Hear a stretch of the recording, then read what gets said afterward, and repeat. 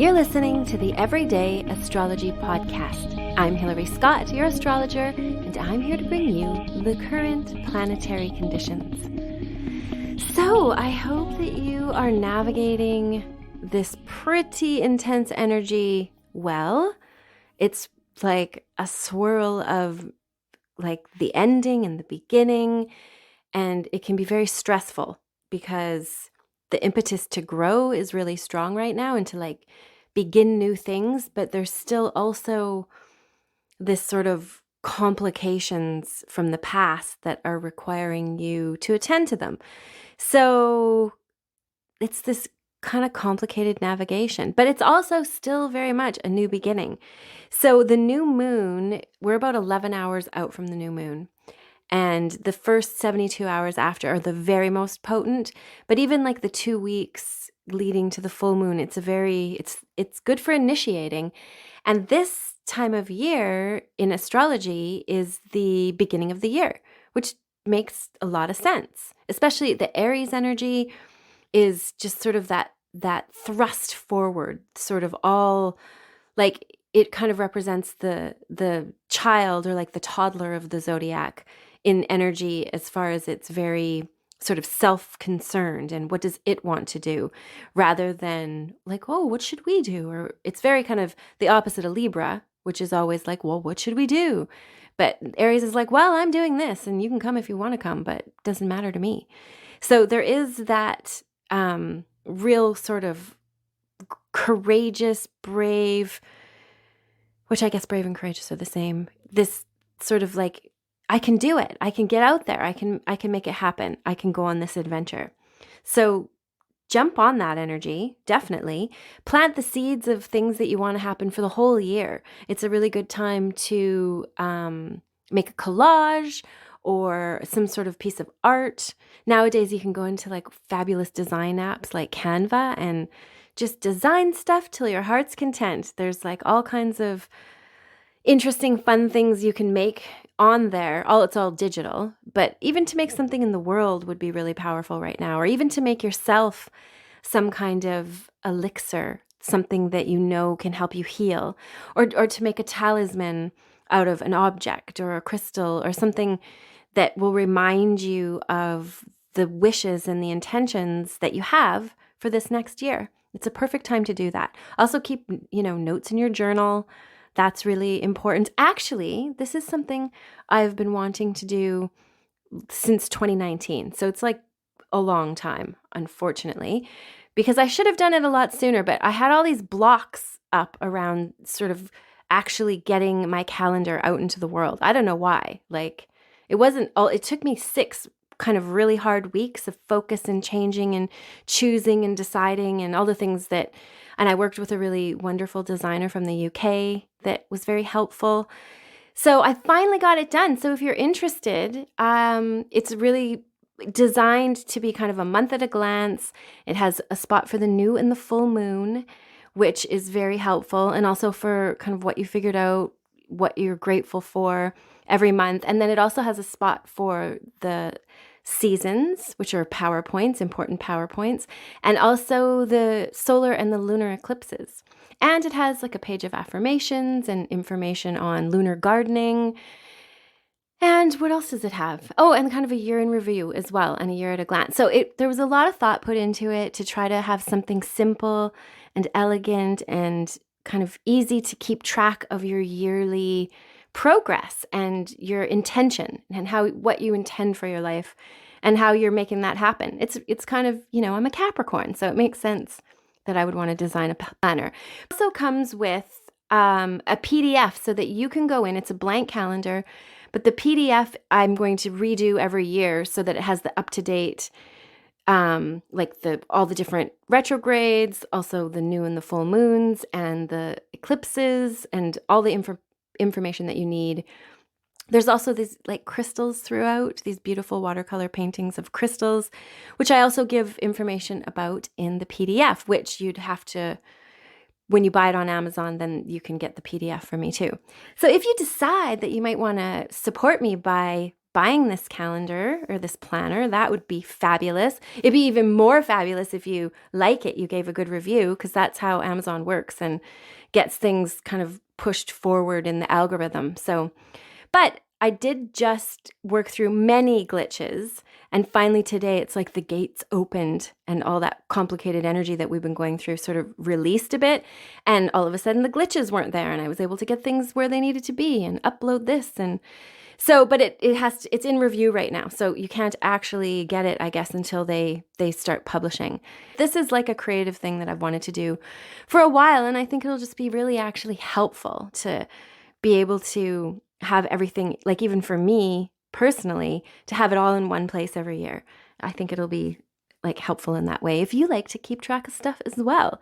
So it's that kind of energy actually, is if you've got something big to launch in the world, then this is it. This is the time. This is what, like, even, it doesn't even have to be as ambitious as like putting stuff up on Amazon or something. It could be like, I mean, not that doing a garden isn't ambitious, because you might be making a beautiful garden this year, or, starting something that you've wanted to do for a while that you just haven't had the chutzpah to do. Now the energy is really supportive of that.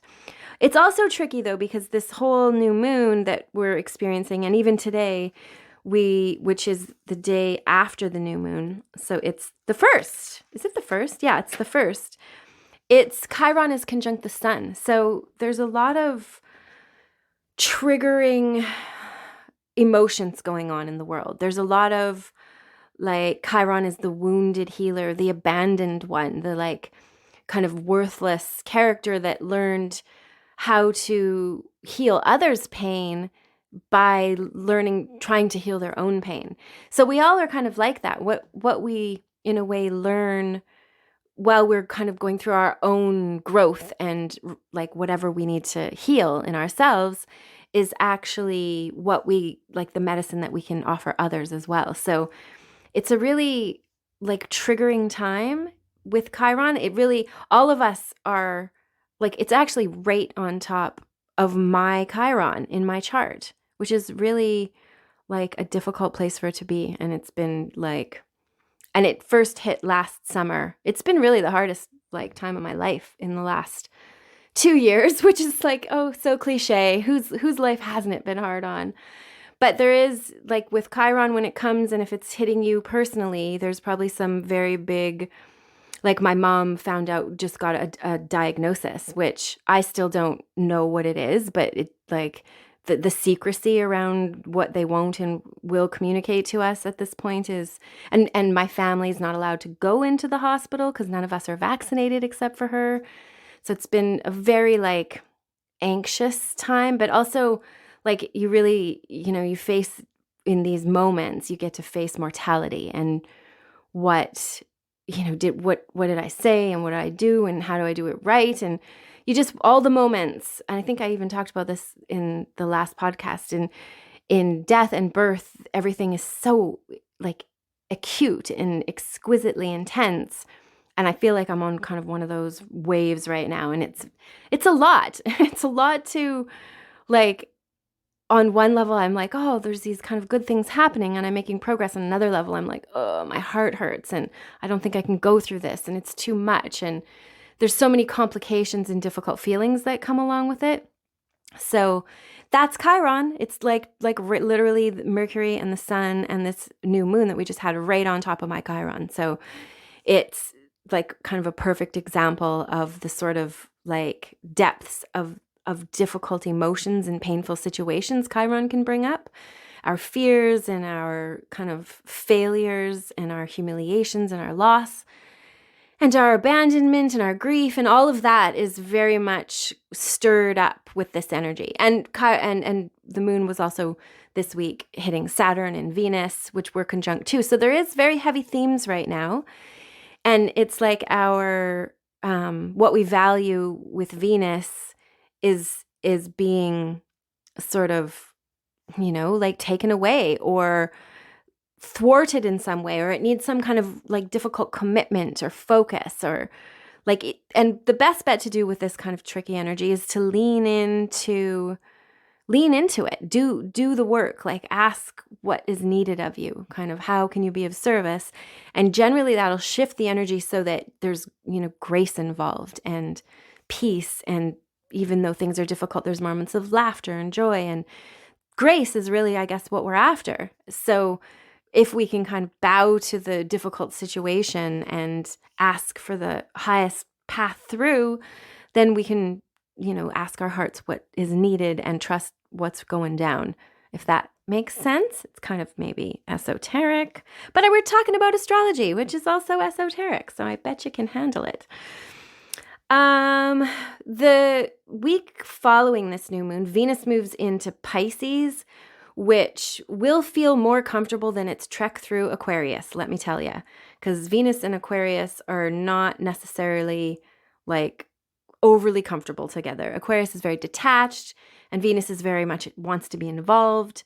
But going into Pisces, it could create like beautiful art or magical moments, or sort of grace, like I was speaking of, when these maybe just a shift in perspective that changes how you feel, or all the kind of beautiful things of life come with the quintessential ideals can be born in Pisces.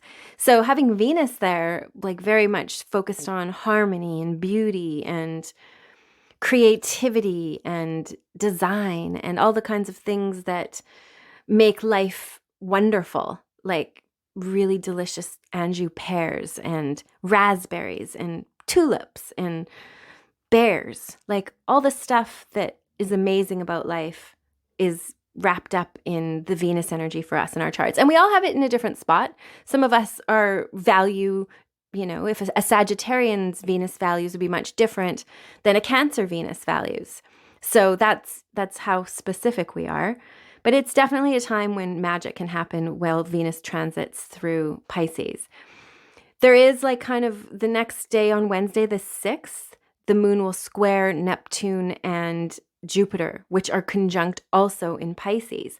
So that's again more magic, like magical, lucky situations can come. I think just even the truth. Interestingly, because Pisces and Neptunian energy can be very deceitful and lie, not always intentionally, but and Jupiter is the truth seeker. So there's this literal coming together of possible deceit and truth. But there could also be, because Pisces can also be where magic and beauty and mysticism and oneness is all connected in the Neptune energy.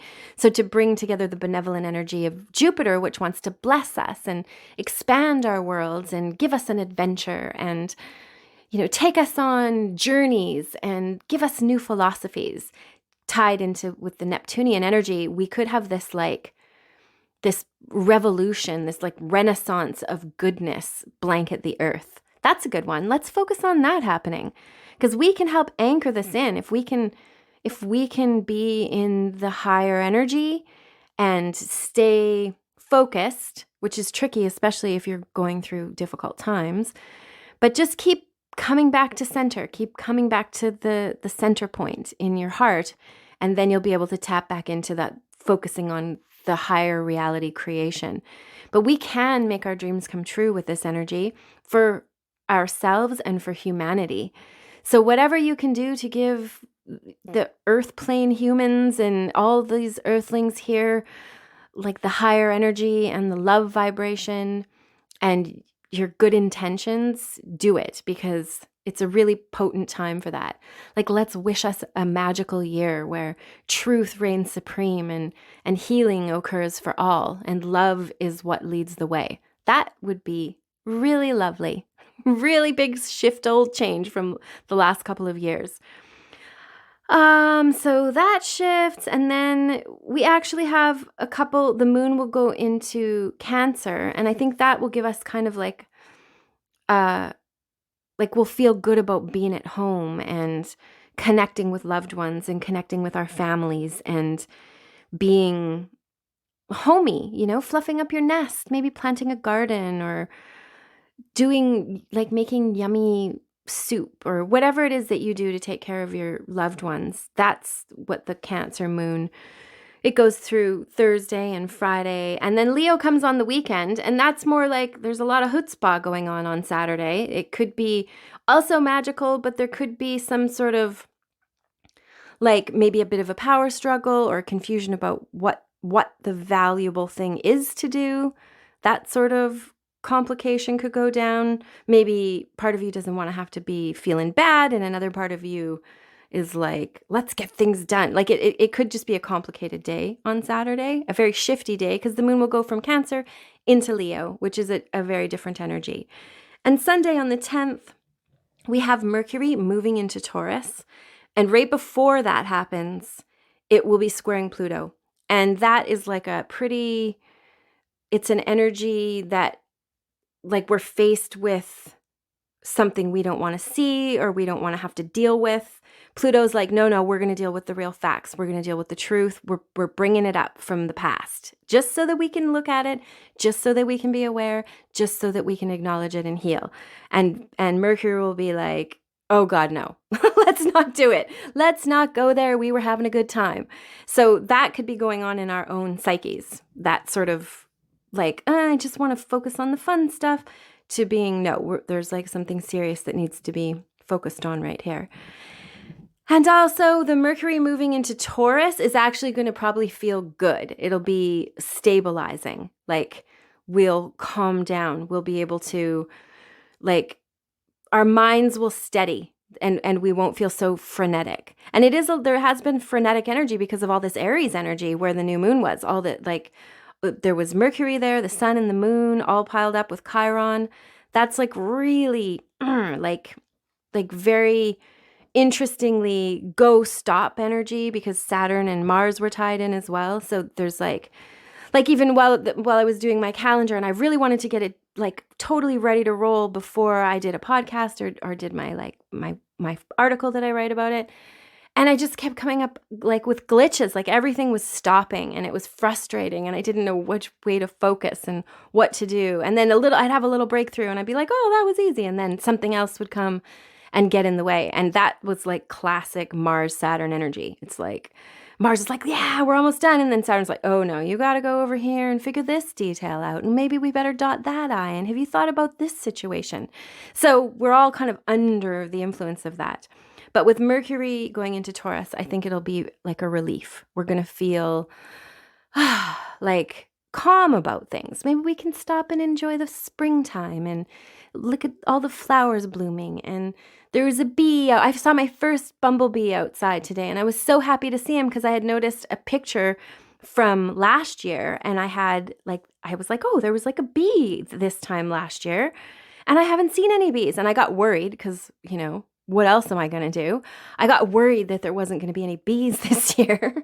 Like, it's all so much, And then I went out and I happened to see my dog had noticed that there was a bee on the bush, and she kind of pointed it out and was sniffing at the bee. And I went over and sure enough, there was a bee. So I don't know why that was so hopeful. It was better than seeing the groundhog on Groundhog Day. Is that do we want to see the groundhog? I can never remember. Or no, whether he has a shadow or not. Anyway, seeing a real live bee doing its thing in my flowers I was grateful. My heart was warm. So it's that kind of year, the time of year to appreciate and enjoy and slow down. And as things shift through Aries into Taurus, we'll be able to do that. So I hope that you're not having like as hard a time as I am right now. I hope that things are going smoothly for you and that you're able to tap into kind of the goodness of this energy. And if they're not, and if it's hard, like that's life, right? We've all got to go through these journeys. So I hope that you're able to come into your heart and find peace and solace and everything that you need to make this next year of your life the most amazing year. Many blessings. Thank you so much for listening.